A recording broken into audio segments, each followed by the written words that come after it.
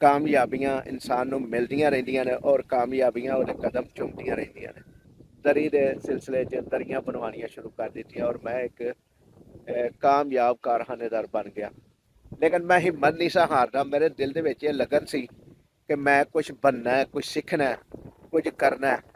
ਪੱਠੇ ਲੈਣ ਚਲਾ ਜਾਂਦਾ ਸੀ ਖੇਤਾਂ ਦੇ ਵਿੱਚ ਅਤੇ ਮੈਨੂੰ ਫਿਰ ਆਪਣਾ ਕੰਮ ਵੀ ਕਰਨਾ ਪੈਂਦਾ ਸੀ ਔਰ ਜਿਹੜਾ ਉਹਦੇ ਜ਼ਿੰਮੇ ਹੁੰਦਾ ਸੀ ਉਹ ਵੀ ਮੈਨੂੰ ਕਰਨਾ ਪੈਂਦਾ ਸੀ। ਅਤੇ ਖੱਡੀ ਦਾ ਕੰਮ ਉਸ ਵਕਤ ਜਦੋਂ ਸਿੱਖਦੇ ਹਾਂ ਉਸ ਵਕਤ ਤਰੀਕਾਕਾਰ ਇਹ ਹੁੰਦਾ ਸੀ ਕਿ ਇੱਕ ਖੱਡੀ ਦੇ ਉੱਤੇ 2 ਕਾਰੀਗਰ ਕੰਮ ਕਰਦੇ ਸਨ। ਬਿਸਮਿਲ੍ਲਾਹਿਰ-ਰਹਿਮਾਨਿਰ-ਰਹੀਮ। ਦੋਸਤੋ ਅਸਲਾਮੁ ਅਲੈਕੁਮ। ਅੱਲਾਹ ਤਾਲਾ ਤੁਹਾਨੂੰ ਸਾਰਿਆਂ ਨੂੰ ਸਿਹਤ ਅਤੇ ਤੰਦਰੁਸਤੀ ਵਾਲੀ ਲੰਬੀ ਜ਼ਿੰਦਗੀ ਦੇਵੇ।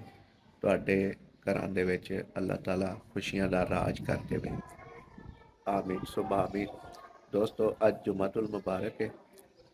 रात बारिश हुई और इस वक्त बड़ी खूबसूरत हवा चल रही है। मौसम ठंडा ठंडा और बदल थोड़े हल्के हल्के छाए हुए हैं। ਤੁਹਾਡੇ ਦੋਸਤਾਂ ਅੱਗੇ ਗੁਜ਼ਾਰਿਸ਼ ਹੈ ਕਿ ਅਗਰ ਸਾਡੇ ਚੈਨਲ ਦੇ ਉੱਤੇ ਨਵੇਂ ਹੋ ਤੇ ਸਾਡੇ ਚੈਨਲ ਨੂੰ ਸਬਸਕ੍ਰਾਈਬ ਕਰ ਲਵੋ ਔਰ ਘੰਟੀ ਦੇ ਬਟਨ ਨੂੰ ਵੀ ਦਬਾ ਦਿਓ ਤਾਂ ਕਿ ਸਾਡੀ ਹਰ ਨਵੀਂ ਆਉਣ ਵਾਲੀ ਵੀਡੀਓ ਦਾ ਨੋਟੀਫਿਕੇਸ਼ਨ ਤੁਹਾਡੇ ਤੱਕ ਪਹੁੰਚ ਸਕੇ। ਚਲੀਏ ਹੁਣ ਥੋੜਾ ਸੈਰ ਕਰਨ ਵਾਸਤੇ। ਇਹ ਦੋਸਤੋ ਸਾਡੇ ਰਸਤੇ ਦੇ ਵਿੱਚ ਸਾਡੇ ਘਰ ਦੇ ਕਰੀਬ ਸਕੂਲ ਪ੍ਰਾਇਮਰੀ ਤੇ ਦੋਸਤੋ ਆਪਣੇ ਪਿੰਡ ਦੀਆਂ ਗਲੀਆਂ 'ਚ ਹੁੰਦਿਆਂ ਹੋਇਆ ਬਾਹਰ ਖੇਤਾਂ ਦੀ ਤਰਫ ਜਾ ਰਹੇ ਹਾਂ। ਇਸ ਲਈ ਕਿ ਉੱਥੇ ਜ਼ਰਾ ਗੁਫ਼ਤਗੂ ਕਰਨਾ ਆਸਾਨ ਹੁੰਦਾ ਔਰ ਉੱਥੇ ਪਹੁੰਚਣ ਤੱਕ ਕੋਈ ਮੌਜੂ ਵੀ ਸਮਝ 'ਚ ਆ ਜਾਂਦਾ ਕਿਉਂਕਿ ਅਸੀਂ ਕੋਈ ਤਿਆਰੀ ਨਹੀਂ ਕਰਦੇ ਗੱਲਬਾਤ ਕਰਨ ਦੀ। ਬਸ ਜੋ ਜ਼ਿਹਨ 'ਚ ਆ ਜਾਏ ਸਮਝ 'ਚ ਆ ਜਾਏ ਉਹ ਤੁਹਾਡੇ ਨਾਲ ਸ਼ੇਅਰ ਕਰ ਦਿੰਦੇ ਹਾਂ। ਇਹ ਦੇਖੋ ਮੌਸਮ ਨੂੰ ਇੰਜੋਏ ਕਰ ਰਹੇ ਹਾਂ।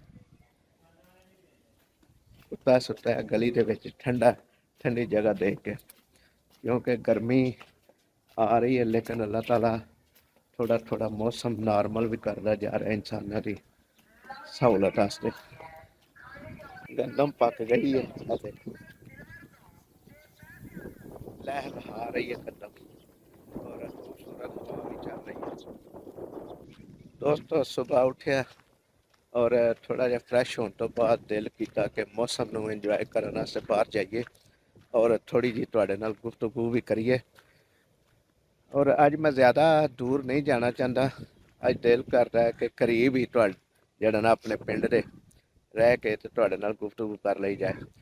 ਜੁਮਾਤੁਲ ਮੁਬਾਰਕ ਦਾ ਦਿਨ ਹੈ ਔਰ ਇਸ ਵਕਤ ਹਜੇ 10 ਦਾ ਟਾਈਮ ਹੈ ਤੇ ਮੇਰਾ ਦਿਲ ਕਰ ਰਿਹਾ ਕਿ ਅੱਜ ਮੈਂ ਥੋੜੀ ਜਿਹੀ ਹਿਸਟਰੀ ਜਿਹੜੀ ਹੈ ਨਾ ਆਪਣੇ ਵਾਲਦ ਸਾਹਿਬ ਦੀ ਤੁਹਾਡੇ ਨਾਲ ਸ਼ੇਅਰ ਕਰ ਰਿਹਾ ਕਿਉਂਕਿ ਵਾਲਦ ਸਾਹਿਬ ਦੇ ਬਾਰੇ 'ਚ ਸਾਨੂੰ ਆਪਣੇ ਵਾਲਦ ਸਾਹਿਬ ਨੇ ਜੋ ਦੱਸਿਆ ਉਹ ਥੋੜਾ ਜਿਹਾ ਬਿਆਨ ਕਰ ਦੇਣਾ ਵਾ 2-3 ਮਿੰਟ ਵਾਸਤੇ। ਸਾਡੇ ਵਾਲਦ ਸਾਹਿਬ ਇਕੱਲੇ ਭਾਈ ਸਨ ਔਰ ਬਚਪਨ ਵਿੱਚ ਹੀ ਯਤੀਮ ਹੋ ਗਏ ਸਨ। ਵਾਲਦ ਸਾਡੇ ਦਾਦਾ ਹਜ਼ੂਰ ਜਿਹੜੇ ਨੇ ਦੁਨੀਆ ਤੋਂ ਰੁਖਸਤ ਹੋ ਗਏ ਸਨ।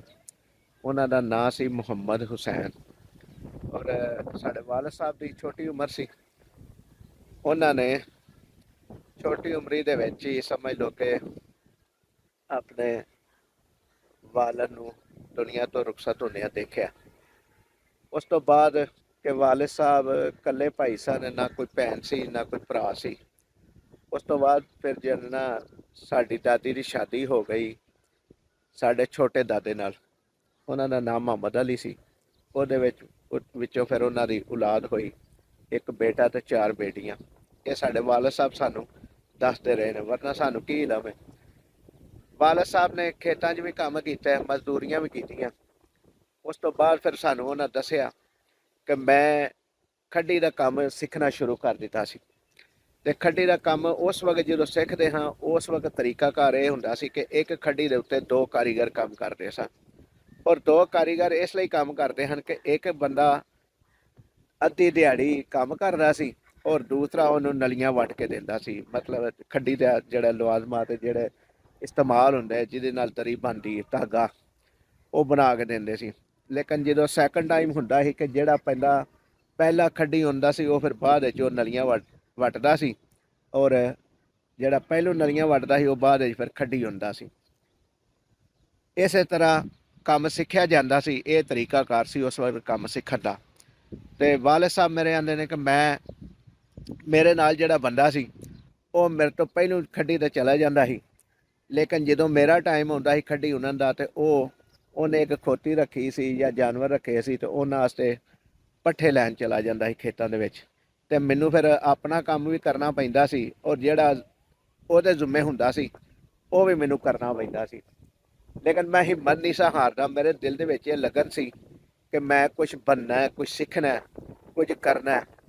ਅਤੇ ਜਦੋਂ ਮੈਂ ਖੱਡੀ ਦੀ ਜਾਚ ਸਿੱਖ ਲਈ, ਫਿਰ ਮੈਂ ਖੱਡੀ ਉਣਨ ਡਿਆ ਪਿਆ, ਫਿਰ ਮੈਨੂੰ ਮਜ਼ਦੂਰੀ ਮਿਲਣ ਡਿਆ ਪਈ। ਮੈਂ ਫਿਰ ਥੋੜ੍ਹੇ ਥੋੜ੍ਹੇ ਪੈਸੇ ਜੋੜੇ, ਔਰ ਪੈਸੇ ਥੋੜ੍ਹੇ ਥੋੜ੍ਹੇ ਜੋੜਨ ਤੋਂ ਬਾਅਦ ਮੈਂ ਫਿਰ ਦਿਲ ਦੇ ਵਿੱਚ ਠਾਨੀ ਕਿ ਮੈਂ ਬਿਜ਼ਨਸ ਕਰਨਾ ਹੈ, ਬਿਜ਼ਨਸਮੈਨ ਬਣਨਾ ਹੈ।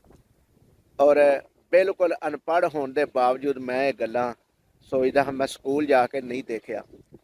ਉਸ ਤੋਂ ਬਾਅਦ ਫਿਰ ਦੇਖਿਆ, ਆਂਦੇ ਨੇ ਕਿ ਮੈਂ ਫਿਰ ਆਪਣੀ ਇੱਕ ਖੱਡੀ ਲਾ ਲਈ, ਜਿਹਦੇ 'ਚ ਸਟੈਪਲ ਕੱਪੜਾ ਜਿਹੜਾ ਨਾ ਬਣਦਾ ਸੀ। ਮੈਂ ਉਹ ਕੱਪੜਾ ਬਣਾਉਣਾ, ਜਦੋਂ ਇੱਕ ਥਾਨ ਬਣ ਜਾਣਾ, ਦੋ ਬਣ ਜਾਣੇ, ਤੇ ਮੈਂ ਗੁਜਰਾਂ ਵਾਲੇ ਜਾ ਕੇ ਸਿਰ ਤੇ ਚੁੱਕ ਕੇ ਉਹ ਕੱਪੜਾ ਗੁਜਰਾਂ ਵਾਲੇ ਪਹੁੰਚਣਾ। ਉਸ ਵਕਤ ਟਾਂਗਿਆਂ ਦਾ ਦੌਰ ਸੀ, ਟਰਾਂਸਪੋਰਟ ਦਾ ਦੌਰ ਨਹੀਂ ਸੀ। ਟਾਂਗੇ ਤੇ ਬੈਠਣਾ ਤੇ ਗੁਜਰਾਂ ਵਾਲੇ ਜਾ ਕੇ ਉਹ ਕੱਪੜਾ ਵੇਚਣਾ, ਔਰ ਉਹਦੀ ਜਿਹੜੀ ਆਮਦਨ ਹੋਣੀ ਉਹਦਾ ਧਾਗਾ ਮਜ਼ੀਦ ਖਰੀਦਣਾ, ਤੇ ਆ ਕੇ ਫਿਰ ਖੱਡੀ ਉਣਨੀ ਸ਼ੁਰੂ ਹੋ ਜਾਣੀ। ਆਸਤਾ ਆਸਤਾ ਕਰਦਿਆਂ ਮੇਰੀਆਂ ਜ਼ਿਆਦਾ ਖੱਡੀਆਂ ਹੋ ਗਈਆਂ। ਮੈਂ ਇੱਕ ਕਾਰਖਾਨੇਦਾਰ ਬਣ ਗਿਆ। ਉਹ ਦੌਰ ਜਦੋਂ ਖਤਮ ਹੋਇਆ, ਕੱਪੜੇ ਦਾ ਘਟਿਆ, ਤੇ ਫਿਰ ਮੈਂ ਦਰੀ ਦੇ ਸਿਲਸਿਲੇ 'ਚ ਦਰੀਆਂ ਬਣਵਾਉਣੀਆਂ ਸ਼ੁਰੂ ਕਰ ਦਿੱਤੀਆਂ, ਔਰ ਮੈਂ ਇੱਕ ਕਾਮਯਾਬ ਕਾਰਖਾਨੇਦਾਰ ਬਣ ਗਿਆ। ਇਹ ਹਿਸਟਰੀ ਹੈ ਵਾਲਦ ਸਾਹਿਬ ਸਾਡੇ ਦੀ, ਕਿ ਜਿਨ੍ਹਾਂ ਨੇ ਬਚਪਨ ਦੀਆਂ ਮਹਿਰੂਮੀਆਂ ਖਤਮ ਕਰਨ ਵਾਸਤੇ, ਆਪਣੀ ਗੁਰਬਤ ਖਤਮ ਕਰਨ ਵਾਸਤੇ ਕੋਸ਼ਿਸ਼ ਕੀਤੀ, ਕੰਮ ਸਿੱਖਿਆ। ਕੰਮ ਸਿੱਖਣ ਤੋਂ ਬਾਅਦ ਫਿਰ ਕਾਰਖਾਨੇਦਾਰ ਬਣੇ ਤੇ ਉਸ ਦੌਰਾਨ ਫਿਰ ਇਹਨਾਂ ਆਪਣੀ ਜ਼ਿੰਦਗੀ ਦੇ ਵਿੱਚ ਸਿਆਸਤ ਵੀ ਕੀਤੀ। ਸਿਆਸੀ ਤੌਰ ਤੇ ਜਨਰਲ ਇਲੈਕਸ਼ਨ ਲੜੇ, ਬਲਦਿਆਤੀ, ਕੁਛ ਹਾਰੇ ਔਰ ਇੱਕ ਜਿੱਤਿਆ ਵੀ। ਔਰ ਜਿਹੜੇ ਹਾਰੇ ਬੜੇ ਘੱਟ ਮਾਰਜਨ ਤੋਂ ਹਾਰੇ। ਮਤਲਬ ਉਹਨਾਂ ਦੱਸਿਆ ਕਿ ਮੈਂ ਇਲੈਕਸ਼ਨ ਹਾਰਿਆ ਸਾਂ ਸਿਰਫ 9 ਵੋਟ ਤੇ, ਦੂਸਰਾ ਇਲੈਕਸ਼ਨ ਮੈਂ ਹਾਰਿਆ ਸਾਂ ਸਿਰਫ 13 ਵੋਟ ਤੇ।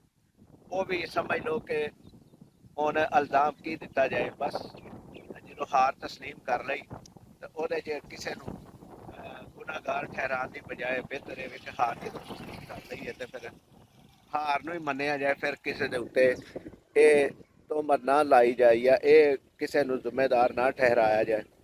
ਉਸ ਤੋਂ ਬਾਅਦ ਫਿਰ ਆਂਦੇ ਨੇ ਇਲੈਕਸ਼ਨ ਮਜ਼ੀਦ ਲੜਿਆ, ਤੇ ਮੈਂ ਫਿਰ ਉਹ ਇਲੈਕਸ਼ਨ ਜਿੱਤਿਆ। ਫਿਰ ਕੌਂਸਲਰ ਬਣ ਕੇ ਮੈਂ ਬਲਦੀਆ ਦੇ ਵਿੱਚ ਚਲਾ ਗਿਆ। ਇਸ ਤੋਂ ਇਲਾਵਾ ਉਹਨਾਂ ਆਪਣੀ ਜ਼ਿੰਦਗੀ ਦੇ ਵਿੱਚ ਜਿਹੜੀਆਂ ਕਾਮਯਾਬੀਆਂ ਹਾਸਲ ਕੀਤੀਆਂ, ਉਹ ਮਜ਼ੀਦ ਅਗਲੀ ਕਿਸੇ ਵੀਡੀਓ ਦੇ ਵਿੱਚ ਮੈਂ ਤੁਹਾਡੇ ਨਾਲ ਜ਼ਿਕਰ ਕਰਾਂਗਾ। ਅੱਜ ਲਈ ਇੰਨਾ ਹੀ। ਅਗਲੀ ਵੀਡੀਓ ਤੱਕ ਲਈ ਇਜਾਜ਼ਤ ਦਿਓ। ਅੱਲਾਹ ਤਾਲਾ ਸਾਡਾ ਤੇ ਤੁਹਾਡਾ ਹਾਮੀ ਨਾਸਰ ਹੋਵੇ।